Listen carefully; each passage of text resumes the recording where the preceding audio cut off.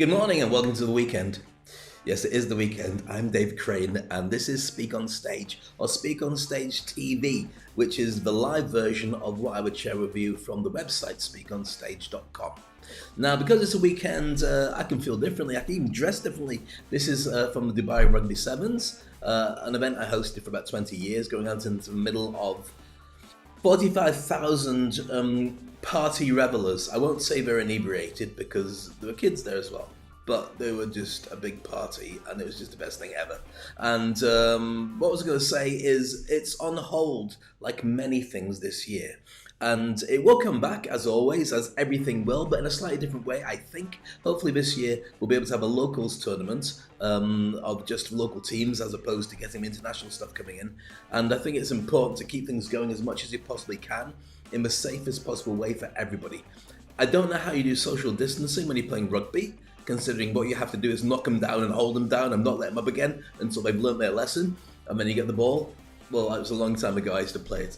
But in any sport or anything that you're doing, there's a real challenge. I mean, I remember I was hosting a conference about 2 weeks ago about the future of sports and the introduction of technology. So predominantly we talked about football, but when we talk about technology, we're talking about 5G, we're talking about edge technology and the use of the cloud and big data. And I realized by saying that, I've just gone blah, blah, blah, blah, and you've got no idea what it is I'm talking about. But let me explain a little bit more about what I mean by that.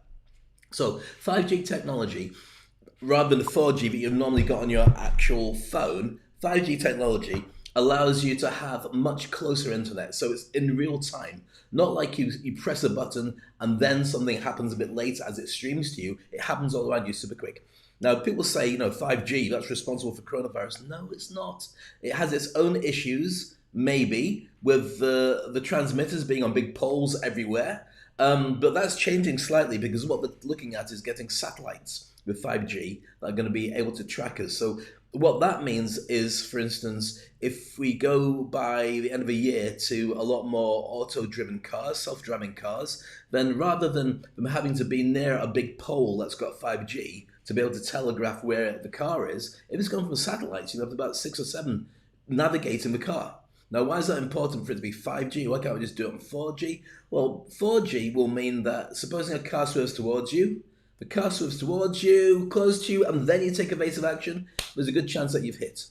When you've got 5G, the minute the car moves, you're able to take evasive action, so you can move around it. And you can't see what I'm doing there with my hands, but it makes perfect sense to what I was trying to hand stuff.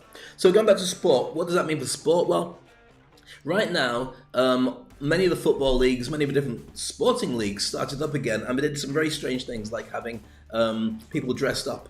Well, not even people dressed up. They had music being piped in and sound effects being piped in as though the audience was there. I should put in some sports music for this, actually. Okay, so as the audience is being piped in, and so for watching at home, you get to hear the cheers and the roars of what it would be like watching at home. The only thing is the players really hated it. So what is the solution? Well, there's a number of different solutions, one of which is in 5G. You can actually have your phone so it can connect to speakers as big data to the actual event. So if you're at home, you can watch it in real time and say, I hate him, get him off. And it will come out as I hate him, get him off, but only as part of the percentage of, say, 20,000 ticket holders, or however many they have at the event. So that means you actually get a noise from people's homes that's similar to actually what it would be like at the games. It also means that with big data and edge technology, by the way, is the ability to rather than store stuff on the cloud, so therefore you have to send everything up and get everything down, you actually have it stored more locally on servers around you, small ones that are about the same size as, say, a laptop or this kind of size. So what will happen with that is some data will be stored in the cloud, the data you don't need access to all the time, but data you need super quick, you'll be able to access super quick. So in real time, you'll be able to do things. Now that's great for setting up an event because that means from a point of view, this music is annoying, isn't it? There we go. From the point of view of talking about the ways that you could police an event. So everything from security to saying, oh, there's hot dogs run out over there. Can you make sure that we get more hot dogs over there? Because in real time, you can see it, big data. But also to the fact that, everyone's coming in from that street, from the train station, but we've got a car accident there, we've got a bottleneck. Can we devise a way of getting everybody to come from a different area, send somebody over there, and we'll change it? Or we've got a cluster of people trying to get out that fire exit. Can we change that fire exit? Boom, boom, boom, boom. And you can automate it, and it's really powerful. So that's great, but it also allows, when you look at artificial intelligence and look at the way that would work with VR and AR, which is augmented reality and virtual reality, you could actually have it. So if you had the right projector at home, you could sit in your living room, get this, sit in your living room, and you'd be sitting watching the game in front of you, in the middle of a room. And you can see what all the players are going, what's going on, you could cheer and all the rest of it. Now, okay, that's not the same as being at a live match, but it's not bad, is it? As long as you've got a good projector and a good living room, and that's the technology that exists right now with hologram technology, but it's not being used quite yet. But I find it very exciting. So there's a ton of things with sports that will be coming, and hopefully then we'll be able to get a different version of things going on when it comes to rugby sevens and other cool and groovy events like that. If you just joined me, nice to see you. Welcome to the weekend. It is Speak on Stage.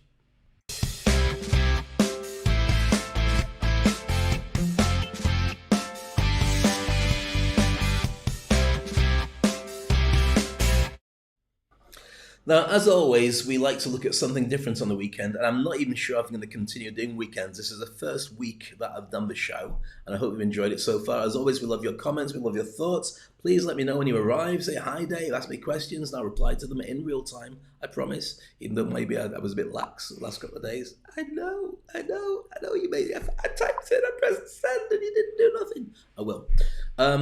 But with the weekend, we'll have a slightly different feeling, a different flavour, and I also don't want to incur the wrath of the wife.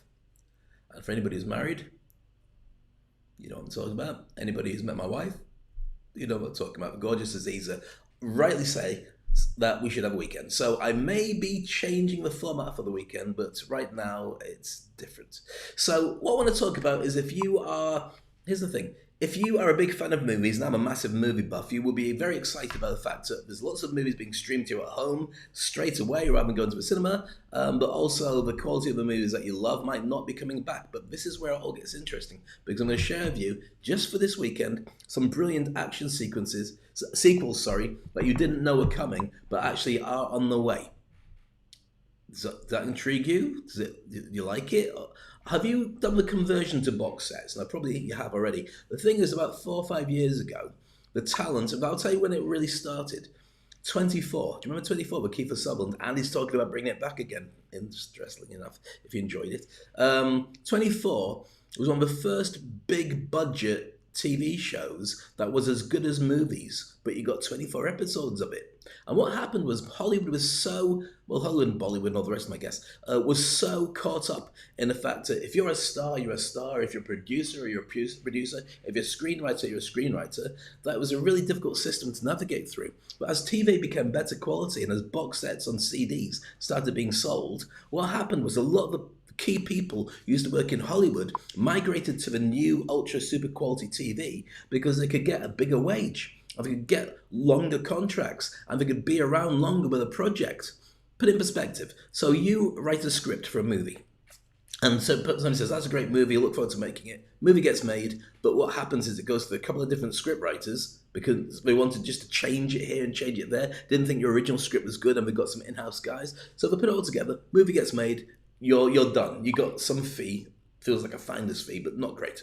If you're involved in a TV show, here's what happens. You start off by writing the script, they like it, they greenlight it, they get in somebody who's a proper actor, not that TV actors weren't proper actors, but maybe a movie star person to host and front the TV show.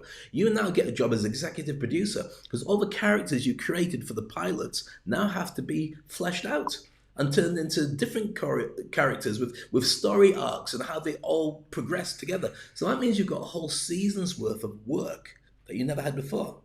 That's why you've seen a migration of so much talent from normal movies, which are still there and are still good, to these box sets and these huge mega blaster Netflix type specials and really interesting TV shows that have all the special effects and all the quality acting that you'd expect. Because it used to be such like a gap like that. The gap now is almost zero.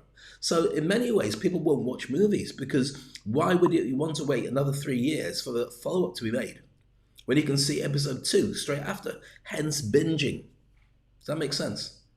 I hope this works. Let me know if you like it. It's different content from normal week when we talk about business, but this is all about how entertainment generally works. I'll be sharing with you loads of stuff about that because the show's all about how the mindset and the business of operating your head and going out to the public and engaging people really works. Now, if you're a speaker, this makes sense.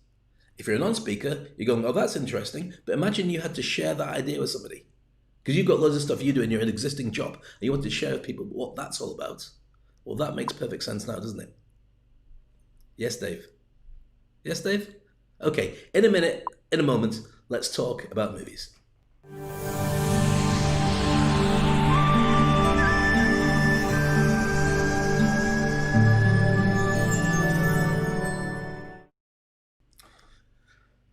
So, welcome back. I did promise to share with you the big sequels that are being made at the moment, and this is very exciting if you're a big movie buff like me. First of all, let's start off with Riddick 4. Now, if you saw, what's it called? Black something. I've forgotten now, the first Riddick movie. Type it in, and I'll let you know if you got it right. I should type it up, actually. First Riddick movie, starring Vin Diesel, was brilliant. And then it became a Chronicles of Riddick, and then he kept knocking away, bang, bang, bang, give me more Riddick movies. And the character, Richard Riddick, is fascinating because he's had eye implants so he can see in the dark. He's also completely badass and he can beat and kill everything.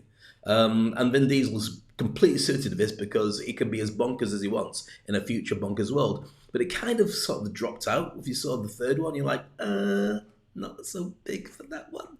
But regardless of that, he's got a new script. He said he's very excited about it and he plans to make it. So, well, good luck to you with that. I will still watch it because I just love the original character in the original movie and I can't remember what it's called. Okay, Gladiator 2. Now, this is bonkers. This is something I'll make...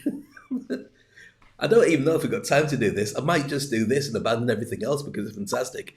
Today's show, by the way, in case you didn't know, was all about this. It's meant to be about how to win bigger and better. And to be honest with you, I've hardly touched any of that today because really we've just been talking about things like sports and movies, and that's kind of better for a weekend feel, don't you think?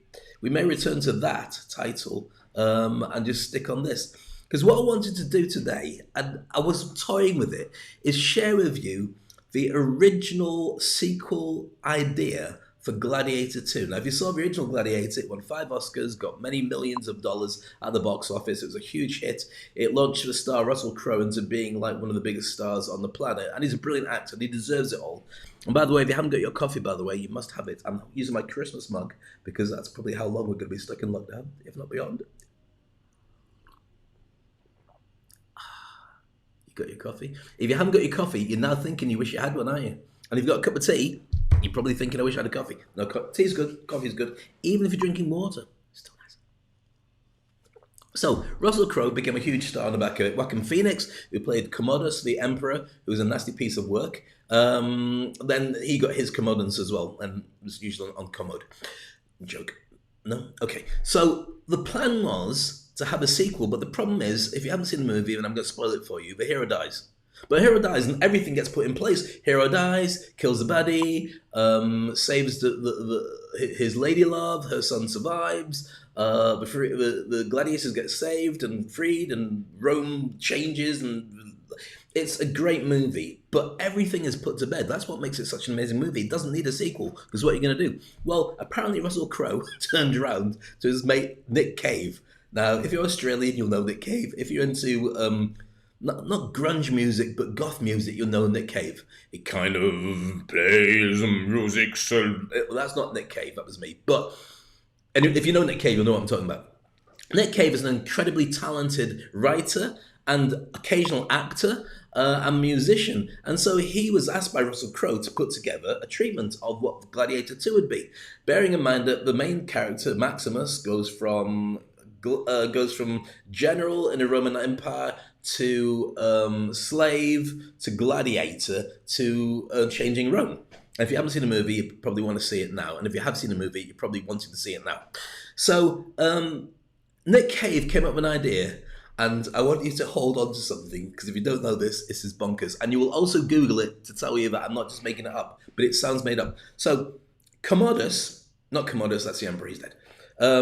Maximus, who's Gladiator, and he's dead. But he goes to Elysium, which is a place where he wants to go, which is where he's going to see his long-lost wife and child who were killed by Emperor Commodus. Remember that? So he goes there, but actually it's a mega disappointment. It's not the beautiful fields where he's walking and he feels all the grass and the corn under his feet and his fingers. It's actually rain-soaked. Everybody is starving. It's a horrible place to be. It's like, what's this? I won my way here, and it's rubbish. Anyway, he goes on a journey and connects with Roman gods. Stay with me, I haven't finished yet. So he connects with his Roman gods, and he meets Jupiter, and he meets Mars, and he meets some Greek gods as well, because I think the name was wrong in the script. And anyway, he works out that there's another guy, another god, who's come along, kicked a hiney of all the normal gods, and is ruling a place in a really bad way. So he's got to go and take him out. Maximus has got to go and take out this god.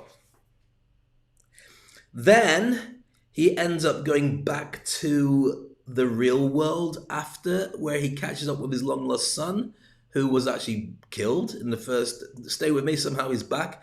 And then they go to Rome and they have a massive, colossal battle where the Colosseum's flooded, and so there's a naval battle going on, and he jumps in and he makes friends with his... the guy, Dmitri Hounslow, I think it's called.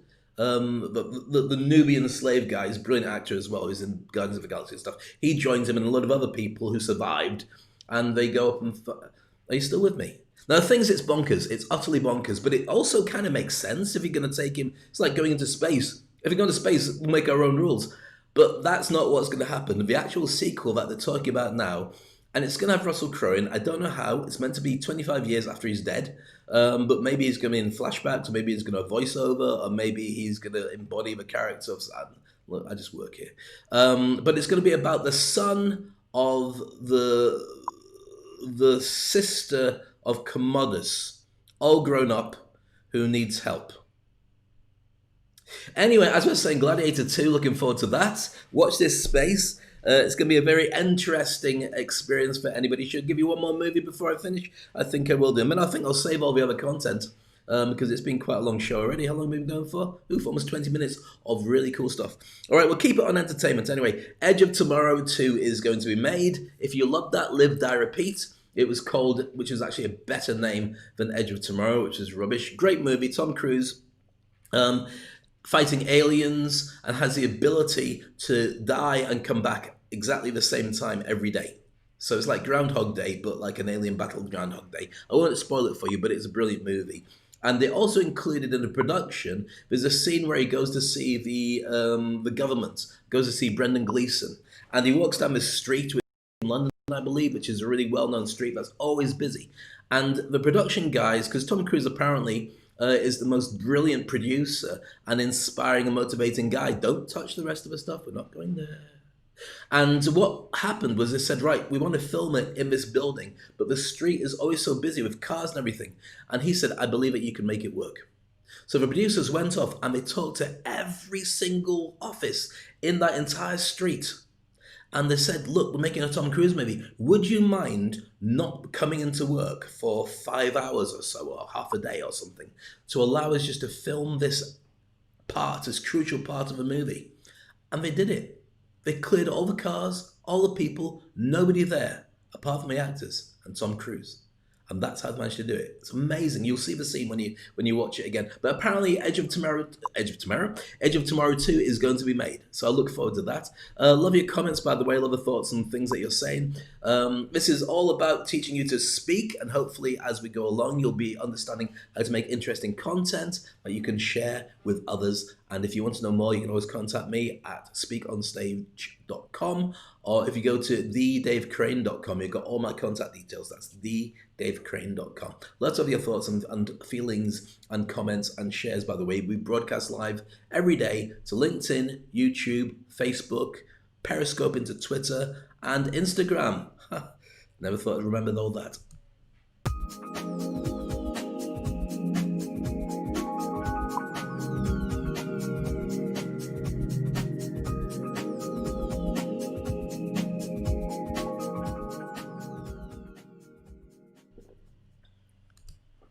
So with that in mind, I'm actually going to hold back on some of the content because I think that we've got through enough for the weekend.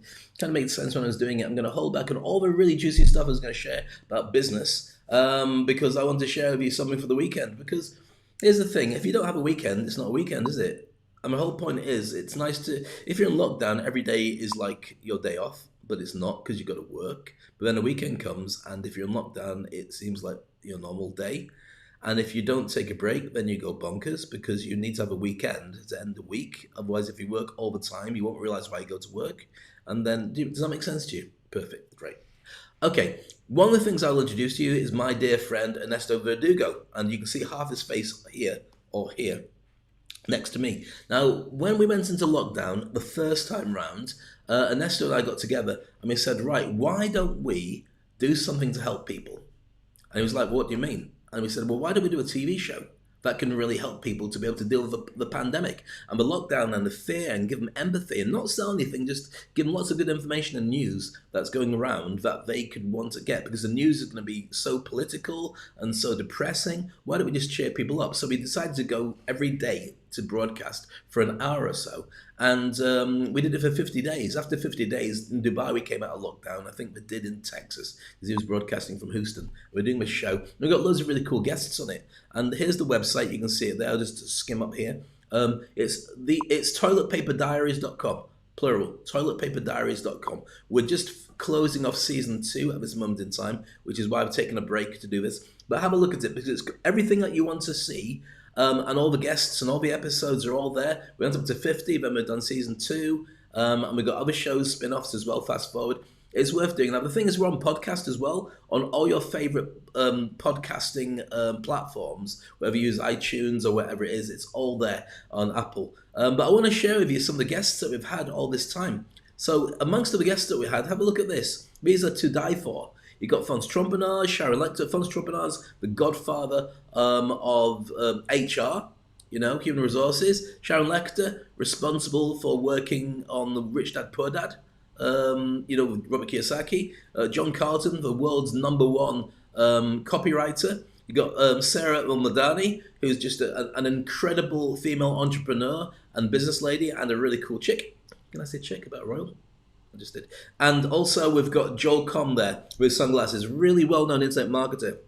Then we've got Raymond Arend, we've got John Briggs. John Briggs is the voice of Siri, by the way. And we've got Gail Kingsbury, who's the agent and event organizer for people like Les Brown, Jack Canfield, all these people. But these are all guests on the show. This is massive. I mean, right now, see this gentleman we've got here. I'll just lift it up a little bit more so you can see. John Matone, that's Steve Jobs' coach. Gentleman in the centre, Radzi. Who's Radzi? Radzi is the host in the UK of WWE. Do you know that? Wrestling and all the rest of it. He's massive. Does sports, Blue Pizza, all that other stuff. Chantel Simon, incredible presenter and star as well. Catherine McIntosh, brilliant life coach. Pete Garcia, he's the head of the Chamber of the Mexican and American Chamber of Commerce. There's just stars after stars after stuff. Some of them you recognize. Alan Wright, TV's and the radio. Mary Henderson, you recognize from LinkedIn, big branding expert. Seth Godin.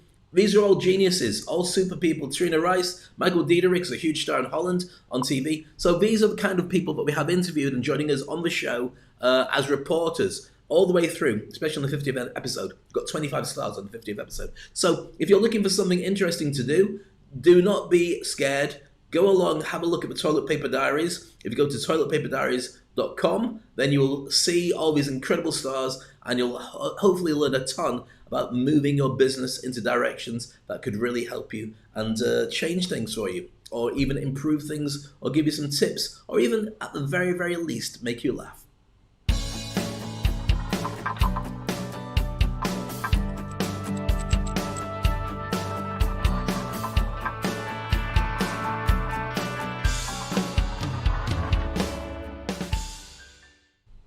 Right then, it's just about come to the end of the show. I didn't do the newsy bits because I just thought, well, hold on. We're going in a sort of weekend vibe. And if you're enjoying this show, then let me know. I love having you with me every day. And please share it with everybody so they all get a chance to catch up with it as well. It's really all about helping people to communicate better, to think differently, and grow their business. And if you don't have a chance to grow your business because you're saying, well, I'm in a job, what do you mean grow my business? Create a side hustle. We'll be talking about creating a side hustle in future episodes. And if you're not sure what that is, imagine you had a 1.5 job. So you got your main job here, but the 0.5 is actually an extra job that you do, which is like a hobby, but you can be paid for it if you really try and work on it. And one day that could become your main job. We talked about this early in the week. If not, check up other episodes. They're all there and they'll tell you what you need to know. Meanwhile, I'm going to say sayonara for a little while and have a wonderful weekend. As it's Sunday tomorrow, I may take a break, but I will post something for you anyway. Or maybe I'll just pop up. It depends on when my family stares at me badly enough. But meanwhile, have an amazing day, and I look forward to catching up with you soon. And whatever you do, wherever you go, make sure you look after yourself. Life is tough out there, and it can be indoors. And I feel for you, and that's why every single day I share with you as much as I possibly can to get you through the day, to make me feel good, and for everybody to get closer together. This is Speak on Stage. My name is Dave Crane. For many years, the biggest fear of most people was to stand up in front of a live audience, speak, communicate, and motivate, and get people to like your brand, your services, and your products. Most people got it wrong, but those who did get it right were seen as leaders. And then the lockdown happened, and now everyone's communicating through different platforms and webinars. And the problem is, if they didn't learn to communicate effectively before, they're even worse now. And they lose audiences who just switch off. And then we went digital, and the possibilities are endless. As a speaker, you can reach any amount of thousands of people, and you can share your message, you can motivate them, and you can change lives. As an event organizer, the possibilities are endless as to how big you can make an event. You don't have to worry about logistics, you don't have to worry about language. You can create something that people can watch in their own time and attend in real time at the same time. As a corporate decision maker and as the owner of a business, you can create your message, you can create a niche, you can get the people from your industry to work with you and make your tribe defined very simply just by putting it online. And what kind of events can you create? You can have a web TV show that dominates your industry and sends your message and your brand across the globe. You can invite in the very best of the industry as your special guests every single day. You can sell through Zoom calls and look after your team the same way. You can also have webinars that unite everybody and tell them about your latest product launches. You can also step into a digital world. Imagine that you could be a digital version of yourself, speaking at a virtual conference. Virtual conferences will change the game. Not only can you speak in a big auditorium where people from their laptops are all present in front of you, but you can also have spin-off rooms, meeting rooms. You can display the latest products, and you can also have boardroom meetings at the same event. You could do them in real time, but also leave all the content available for people to comment on or review at a later date. And the cost is a fraction. You can go global from your laptop. These are the possibilities that are for you, whether you're a speaker, an event organizer, a small business, or a big decision maker. You need to think about the new version of you and how that will impact your brand and take your opportunities to a brand new level. The possibilities are endless now that we're completely digital. You can be online and offline, on stage and off stage, and your speaking ability will drive your message, drive your brand, and change the world. It's time for you to now learn to speak on stage.